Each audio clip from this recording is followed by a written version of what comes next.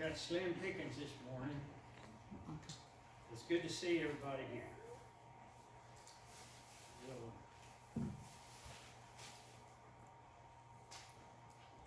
You got a good warm place to be.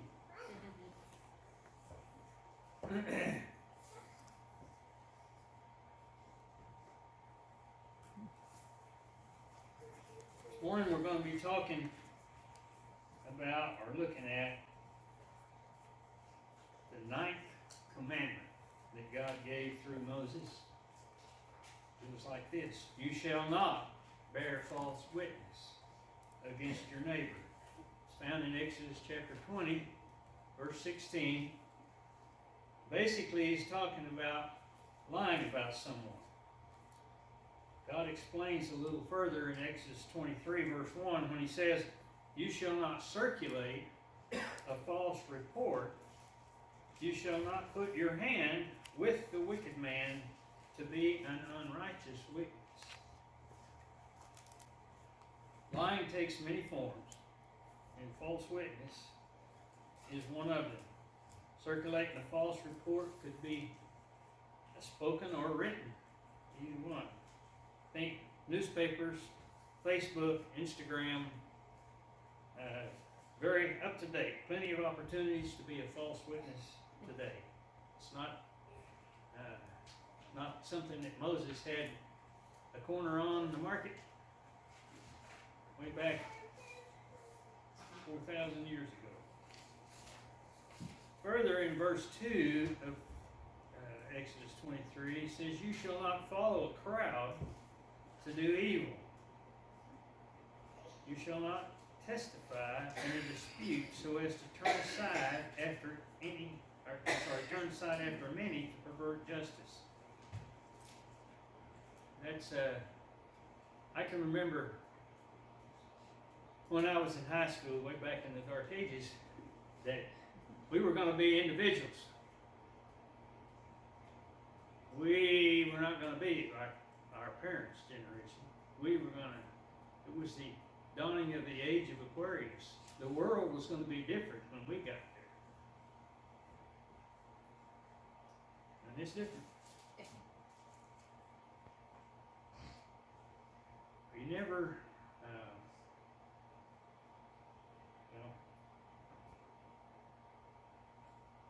mob mentality, doing what is fashionable, what is woke, what is hip, whatever it's called today. It changes week to week sometimes. To do or to say things because the popular crowd is saying it or doing it can and usually does pervert justice. We need to stay away from that. Most of us probably have been the victim of some rumor or lie being spread about us, and the hurt and the destruction is really hard to get over and requires drastic measures sometimes, and quite often a lot of years to get beyond it. Another example is found in Proverbs 26, verse 28, where it says, a lying tongue hates those who are crushed by it, and a flattering mouth works ruins. A lying tongue does so because it hates the person it's trying to destroy. And a flattering mouth, someone who always tells you that you are good, or that you're cute, or that you're funny, or that you're exceptional. You know, the things you really like to hear, but they're not always helpful to you. Once in a while, encouragement is one thing. We need to encourage each other, but the person who is flattering you so that they're buttering you up for some reason, they're not trying to help you. If you take this kind of person with you to Burger King and you have a big hamburger and you're about 2 bites into that big juicy hamburger, you're really enjoying it, but you didn't realize that last bite, it squirted a big old glob of ketchup and mayonnaise. They always have 3 times more stuff like that on the hamburger than you need. And you got this big old glob hanging on your lip. And what you really need is a friend that will hand you a napkin and point on their face where you need to use the napkin. You don't know it's there because you've been enjoying hamburger. You didn't even feel it squirt out there. Sometimes you do, but a lot of times it's just hanging there. And what you hope for is a friend who will help you out and show you how to correct that little problem. If it was your brother who was looking at you, he'd be dying laughing and pointing at your face, and he would be enjoying the mess you've got. The person who won't say anything for fear of hurting your image, your view of yourself, just helps you destroy yourself. Again, if you're trying to make a career choice, and young people will be into that before long if you're not already, you need someone who knows you pretty well and won't lie to you. Who will tell you the truth. Scripture tells parents to train up their child or their children in the way that he should go, indicating that parents should know the child well enough to know their strengths and their talents, to help them see their natural bent, the direction that they naturally go. Too often people tell kids to go this way or that way because that's the way they did things, or that's the way they wish they had done things. And this just sets the kid up for dissatisfaction and failure down the road. To always take the child's side, to tell them they're wonderful, they're the fairest of the fair, the hero of the day, etc., is setting them up for a failure and a heartbreak when they have to deal with the real world. In Psalm 55, verse 20 and 21, David is contemplating his friends. He's thinking about them. And he's specifically thinking about one he thought was a friend who had betrayed him. And David was caught off guard because he thought he knew this guy. In verse 14, he says, "We took sweet counsel together and walked to the house of God in the crowd." He was with him, even went to church with him, we would say. And then in verse 20-21, David says of his friend, "He put forth his hands against those who were at peace with him. The words of his mouth were smoother than butter, but war was in his heart. His words were softer than oil."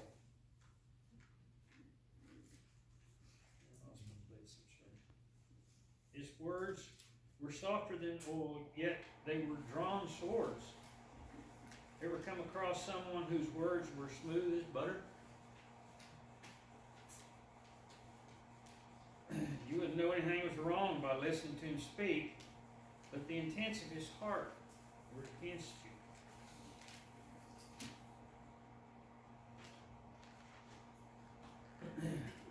What he did say was a lie and not an expression of his true feelings. In 1 Thessalonians 5, verse 22, Paul says, "Abstain from every form of evil." I'm using this passage because I can't find one that specifically applies to insinuation, but that's the one I want to talk to you about. That's leading someone to believe a lie without actually saying the lie. We do it by our tone of voice, our raised eyebrow, like this is what the only example or two I could come up with, but like a conversation that might play out between a driver and a state trooper who has just pulled you over, or pulled him over for a headlight violation. Not a serious violation, But the driver is nervous because he's known about the headlight for a little while and he hasn't done anything about it. And the trooper says, "Sir, did you know that you have a headlight out?" And you don't say, "Yes, sir." He says, "I only have one headlight?" Like, how could that be? I never thought of such a thing, you know. And by the way, don't try that because he won't buy it. He's been a trooper very long. He's heard that 100 times. Or maybe you try it with your teacher and she's taking up homework papers. I used to, this one I had experience with this. And you're trying to explain why your homework is not ready to turn in. And she's standing by your desk and has her hand out, and that homework is due today, insinuating that I would surely have done it if I had realized that it was due today. They don't try to do that one either, because I guarantee you, if she's more than her first year of teaching, anyway. The insinuation it allows you to think of yourself that you're above lying, but that's really what you're trying to do, is spread a lie and get the teacher or the trooper to buy into it. The slanderer in James chapter 4 verse 11, "Don't speak evil of one another, brothers. He who speaks evil of a brother and judges his brother speaks evil of the law and judges the law. But if you judge the law, you are not a doer of the law, but a judge of the law. Do not speak evil of someone, even if it's true." That's called gossip. It doesn't have to be true, but it even can be true. Some people you hear say, well, they say something that's, well, it's true. Well, that doesn't mean you have to say it. We're to be an encouragement for people to do what's right. We need to encourage good behavior and all that, but we don't have to spread rumors. They'll spread all on their own. In Leviticus 5 verse 1, if a person sins in hearing the utterance of an oath, and is a witness, whether he has seen it or known of the matter, if he does not tell it, he bears guilt. For him to know to do good, and does it not, to him it is sin, James says in verse 17 of chapter 4. In the Message, this passage reads this way: "If you sin by not stepping up and offering yourself as a witness to something you've either seen or heard, in cases of wrongdoing, you will be held responsible." That's hard. Today's world, we don't like to get involved. But that's part of the way that God has given us to take care of the deviations in our society. So we have to,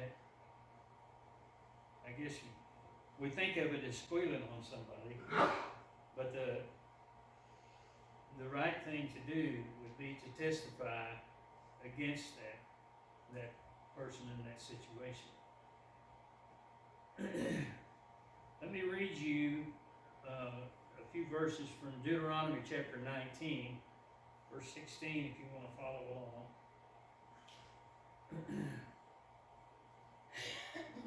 Verse 15, I'll start with 15. "You cannot convict anyone of a crime or sin on the word of just one witness. You need 2 or 3 witnesses to make a case. If a hostile witness stands to accuse someone of a wrong, then both parties involved in the quarrel must stand in the presence of God before the priests and the judges who are in office at the time. The judges must conduct a careful investigation. If the witness turns out to be a false witness and has lied, against his fellow Israelite, give him the same medicine he intended for the other party. Clean the polluting evil from your company. People will hear of what you've done and be impressed. That will put a stop to this kind of evil among you. Don't feel sorry for the person. Let life be for life, eye for eye, tooth for tooth, hand for hand, and foot for foot. This is what God thinks punishment should be for false testimony against them. Let the person who's spreading it bear the same punishment as what they intended for the other person. In Proverbs 6, verse 16 through 19, Solomon gives us a list of 7 things that are an abomination to God. It goes like this. The first is a proud look. The old King James says, haughty eyes. Smart alecky look. A lying tongue. Number 3 is the hands that shed innocent blood. A heart that devises wicked plans. Feet that are swift in running to evil. And a false witness who speaks lies. We're talking about today. One who sows discord between brothers. 2 of these 7 deal with lying. The lying tongue and the false witness who speaks lies. Deliberately telling something about someone that is a lie, insinuating that the person might or might not be doing something through gestures or evasive language, or avoiding telling the truth about the person or situation. That's being a false witness. So what is the antidote for this commandment? Jesus said, you shall love your neighbor as yourself. It comes from Leviticus 19, verse 18. So Moses said it first, and Jesus picked it up in Matthew 22, verse 37. Jesus said it was the second greatest commandment. The 9th commandment states it in the negative. Jesus had the positive side of it. There are many flavors and facets to loving our neighbors, but being truthful is probably the heart of loving them.